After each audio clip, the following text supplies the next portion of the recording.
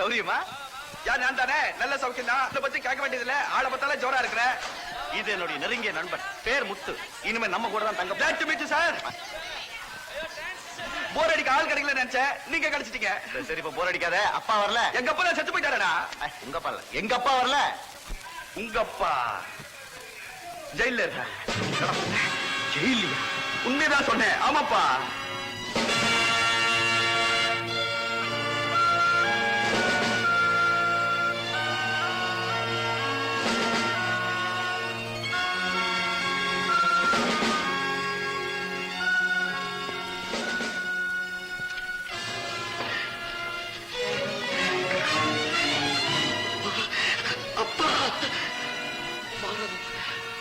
நல்ல வேலைப்பா, நல்ல வேலை. எங்க இந்த குலகாரனும் அப்பான்னு கூட கூப்பிட மாட்டேன்னு சந்தேகப்பட்டுட்டேன். அந்த சந்தேகம் இருந்ததுனால தான் நான் உங்க மகங்கிறத கூட மறந்துட்டீங்க. ஏப்பா அப்படி சொல்றேன்? அப்பாவுக்கு ஆபத்து ஏற்படும் போது பக்கத்துல இருந்து தன்னால முடிஞ்சதை செய்யறவன் தான்ப்பா மகன். அந்த சந்தர்ப்பமே நீங்க எனக்கு கொடுக்கலையே. உங்க வேதனையில எனக்கு எதுவுமே தெரிய விடாம மறைச்சிட்டீங்களேப்பா. மாறும், உன் மனசு எனக்கு நல்லா தெரியும்பா. உன் படிப்பு பாழாயிடக்கூடாதுன்றதுக்காகத்தான் நான் இப்படி செய்தேன். நான் படிச்சு பட்டம் வாங்கி என்னப்பா பிரயோஜனம்? இப்போ உங்களை காப்பாற்ற முடியலையே. என்ன நீ காப்பாத்துறதை விட எனக்கு இருக்கிற கடமையை காப்பாத்துன அதுலதான்ப்பா எனக்கு பெருமை. நான் செத்த பிறகு 10 பேர் என் பிணத்தை பார்த்து காரி துப்பாம பாராட்டி புகழ்ந்தாதாப்பா என் ஆத்மா சாந்தி அடையும். அதை நீ செய்வேன், என் கவலையை போக்கி கடமையை நிறைவேற்றுவேன்ற நம்பிக்கையில தான் நீ எப்ப வருவேன்னு நான் காத்துட்டு இருக்கிறேன். இப்ப நான் என்னப்பா செய்யணும் சொல்லுங்க. இவ்வளவு பெரிய குற்றம் செய்ததுக்கு என்ன காரணம்னு சொல்லுங்கப்பா. மாறன், கை நிறைய பணம் இருந்தா கவலையே தெரியாதுன்னு சொல்லுவாங்க. ஆனா அதே பணம் அளவுக்கு மீறி இருந்துட்டா கவலை பயம் அத்தனையும் சேர்ந்து ஆளையே உலுக்கி எடுத்திருப்பா. காலமெல்லாம் நமக்கு கடவுளா இருந்த நம்ம முதலாளி அந்த நிலைமைக்கு தான் ஆளாயிட்டார்.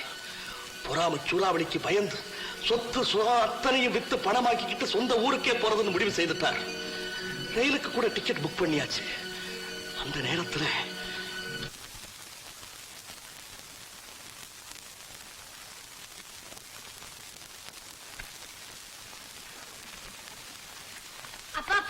எங்க ரெண்டு பேத்துக்கும் ஸ்கூல்ல சர்டிபிகேட் கிடைச்சு போச்சு. Very good. அப்பா எப்ப நம்ம ஊருக்கு போறது? இப்பதாம்மா. அப்பா என்னம்மா? ஊருக்கு நாளைக்கு போன என்னப்பா? ஏம்மா, என்ன விஷயம்? நாளைக்கு முக்கியமான ஒரு டான்ஸ் ப்ரோக்ராம் இருக்கு, அதை பார்த்துட்டு போலாம்ப்பா. நோ, எல்லா ஏற்பாடு பண்ணியாச்சு. இப்ப எப்படி சொன்னா?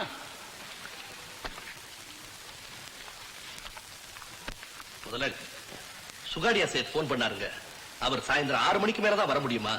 வேணும்னா ஃபேமிலி இன்னைக்கு ரயில்ல அனுப்பிச்சு வச்சுட்டு நாளைக்கு நீங்க பிளேன்ல போகலாம்னு சொல்ல சொன்னாருங்க. அப்படியா?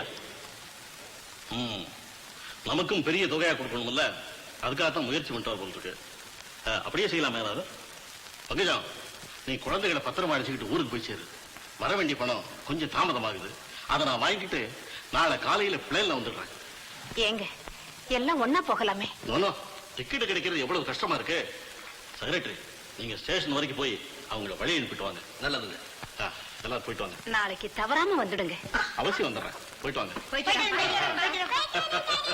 டாடா.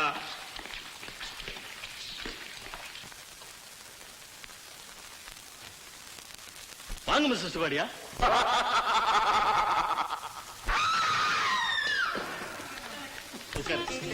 எக்ரிமெண்ட் டைப் அடிச்சு கொண்டு வந்தீங்களா? ஓஎஸ், அதெல்லாம் தயாரா தான் கொண்டு வந்திருக்கிறேன். மிஸ்டர் ராம்பத்ரன், கடைசியா உங்களை ஒரு முறை கேட்கிறேன். நாம 2 பேரும் பிரியறதுனால இத்தனை வருஷமா கஷ்டப்பட்டு வளர்த்த கம்பெனியை இழுத்து மூட வேண்டிய நிலைதான் ஏற்படும். ஏன் நீங்களே நடத்தலாமே? ஒரு பாகஸ்தர் பிரிகிறாருங்கிறதுக்காக கம்பெனியை இழுத்து மூட வேண்டிய அவசியம் இல்லையே. உங்க நிர்வாகம் நமக்கெல்லாம் வருமா சார்? இம்பாசிபிள். அதனாலதான் கேட்கிறேன். மிஸ்டர் சுகாடி, வாழ்க்கையை நான் ஒரு கோவிலா நினைக்கிறேன், நீங்க ஒரு வியாபாரமா நினைக்கிறீங்க. என்ன போலதான் நீங்களும் உங்களை நான் தவறா புரிஞ்சுக்கிட்டதுனாலதான் இத்தனை வருஷமா உங்களோட நான் பாகஸ்தரா இருக்க முடிஞ்சது. இனிமேலும் அப்படி என்னால இருக்க முடியாது. நாம பேசிக்கிட்டபடி இந்த கம்பெனியை நீங்களே வச்சு நடத்துங்க. எனக்கு சேர வேண்டிய பங்கு தொகையை மட்டும் கொடுத்தா போதும். As you like. கேட்டுப்படுங்க. சோகியா, இவருக்கு கொடுக்க வேண்டியதை கொடுத்துடலாமே. ஓயே.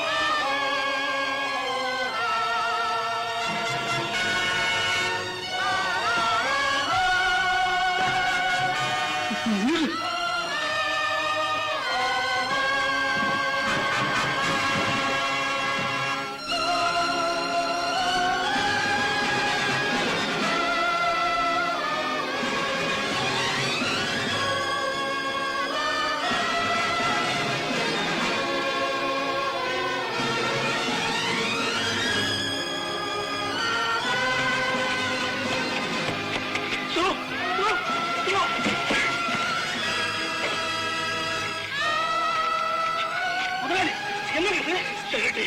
சுகாரி என்ன சூட் பண்ணிட்டான். பாவி, வாங்க டாக்டர் விட்டு போ. வேண்டாம் சரிடி, வேண்டாம். நீங்க என்ன காப்பாத்துறத விட என் குடும்பத்தை காப்பாற்ற முயற்சி பண்ணுங்க.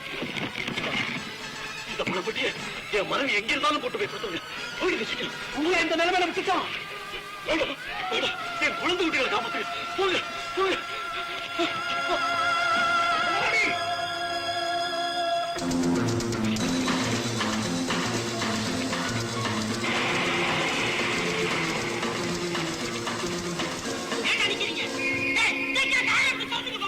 அவங்களும் என்ன பின்தொடர்ந்தே வந்தாங்க. எவ்வளவு தூரம் நாங்க அப்படி போனோம்னு எனக்கே தெரியாது. அவங்க கண் பார்வையில இருந்து வரைஞ்ச உடனே காரை ஒதுக்குப்புறமா ஒரு பள்ளத்துல தள்ளி விட்டுட்டு கையில பணப்பெட்டி எடுத்துட்டு கால்நடையா குறுக்கு பாதையில ஓடுனேன். சுத்தி முத்துல யாரும் இல்லைன்ற நம்பிக்கை வந்த உடனே அதே இடத்துல ஒரு பள்ளத்தை தோண்டி பணத்தை புதைச்சேன்.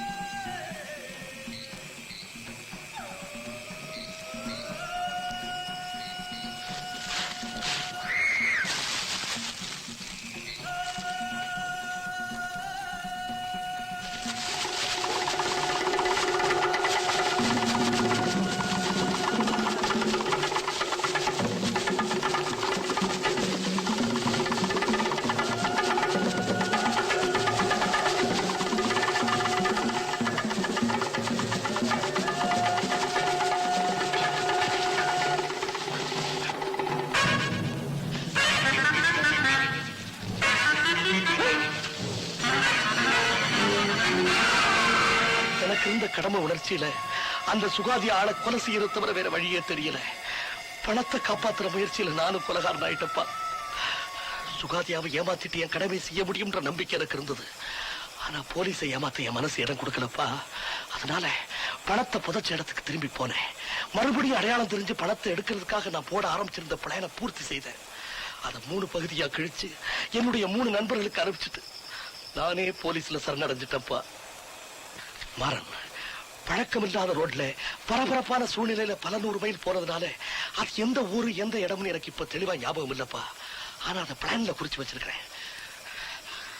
மாறன், நான் சொல்றத குறிச்சுக்கப்பா.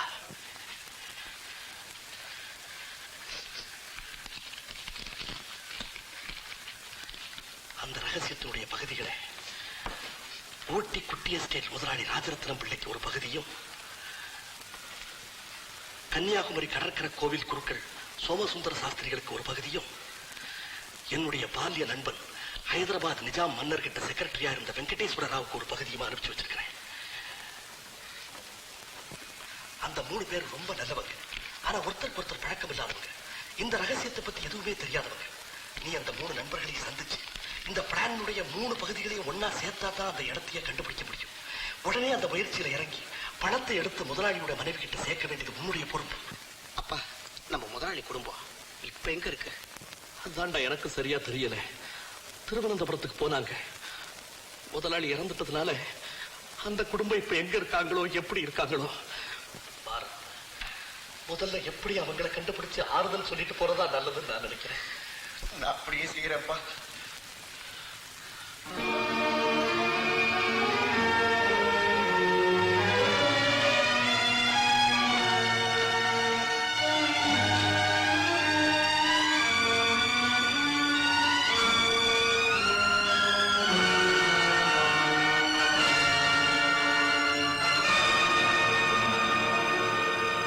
உங்க அப்பாவுடைய உறுதியையும் பொறுமையை நினைச்சா எனக்கு ரொம்ப உருக்கமா இருக்குமா?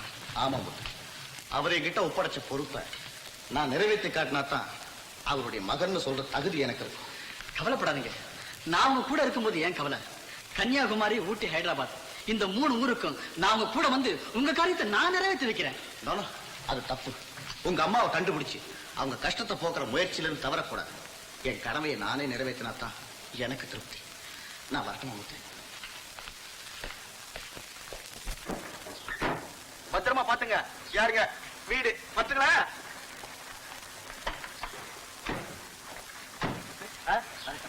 போயிட்டு வாங்க. அந்த அட்ரஸ் எல்லாம் பத்திரமா வச்சுங்க.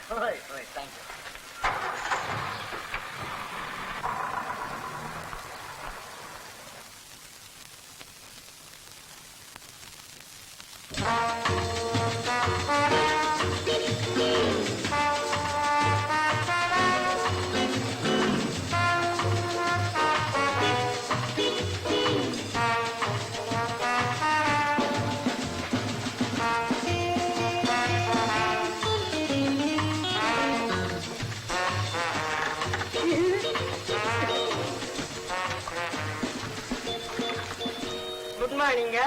Good morning. Good morning sir. Very good. சவியா சந்தேகப்பட்டிய பாத்திய முத்து கடல்ல விளைஞ்சவன்ல கப்பல்ல முளைச்சவன். சார், பொருள் பூமிக்குள்ள இருக்கு, அதுக்கு ஒரு பிளானும் இருக்கு. ஆனா அந்த பிளான் 3 பீஸா 3 இடத்துல இருக்கு. அந்த 3 அட்ரஸையும் நான் நோட் பண்ணிக்கிட்டேன். இதான் சார் அது. கன்னியாகுமரி, ஊட்டி, ஹைதராபாத் எல்லாம் நம்ம இடம் தான். முத்து, இந்த அட்ரஸ கைப்பற்றின மாதிரி அந்த 3 பிளானையும் நீயே கைப்பற்று. அம்மா, இவன் பெரிய ஆளுமா. நீ சொன்னபடி தண்ணியில சர்க்கரை போட்டு கொடுத்தேன், அதை புரிஞ்சுட்டு குடிக்க மாட்டேங்கிறான். பாலு தான் வேணுமா? ரொம்ப பசிக்குதுமா. இன்னும் அக்கா வரலையா? அம்மா, இதுவரை வாங்கின அரிசியே திருப்பி கொடுக்கலையா? இனிமே தரமாட்டேன்னு சொல்லிட்டாங்கம்மா. பரவாயில்லம்மா, நீங்க உள்ள போங்க. பாப்பா, இந்த பழத்தை வச்சுக்கிட்டு அரிசியும் பலகாரமும் வாங்கிக்கங்க. இல்ல, அம்மா அடிப்பாங்க.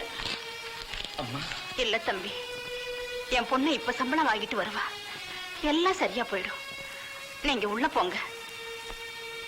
அதோ அவளே வந்துட்டாளே. சுகுணா, ஏமா ஒரு மாதிரியா வர? இந்த பிரைவேட் கம்பெனியில வேலை செஞ்சாலே இப்படித்தாம்மா. 1ஆம் தேதியே சம்பளம் கேட்டதுனால இனிமே நீ வேலைக்கே வர வேண்டாம்னு சொல்லிட்டாங்க. வேலை செஞ்சதே 1 மாசம், அந்த சம்பளத்தையும் இன்னும் 1 மாசம் பொறுத்து வந்து வாங்கிக்கணும். ஐடியா யாருங்க? ஆமா, நீங்க யாருன்னு சொல்லலையே. ஐயா கிட்ட செக்ரட்டரியா இருக்கிற மேகனா. ஆமா, அவருடைய மகன்கனா. மாறனா? ஆமாங்க. மாறன், நீ சின்ன பிள்ளையா இருக்கும்போது பார்த்ததப்பா. ஆமா, உங்க அப்பா இப்ப எங்க இருக்காரு? அவரை பத்தி உங்களுக்கு எதுவுமே தெரியாதா? தெரியாதப்பா. கடைசியா எங்களை ரயிலுக்கு வந்து வழி அனுப்பினாரு. அப்புறம் எங்க அப்பாவோட பிணவா எங்களுக்கு வந்து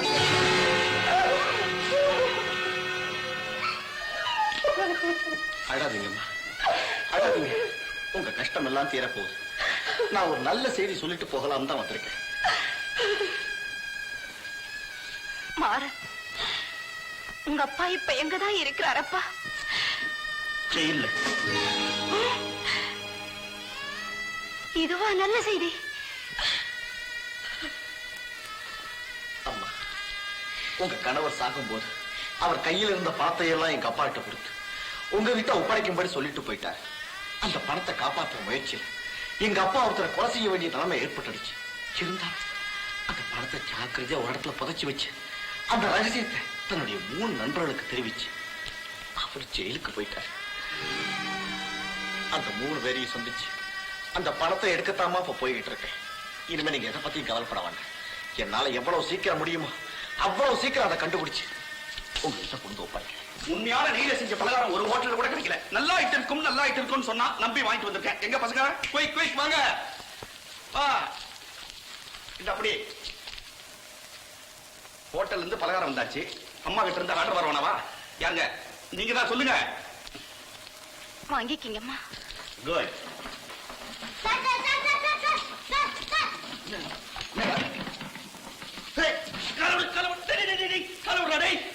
சார், கண்ணாடி போல பாலிஷ் போட்டு தரேன் சார். ஒரு 5 பைசா கொடுங்க சார். அடிக்காதீங்க. இவன் என் தம்பிதான்.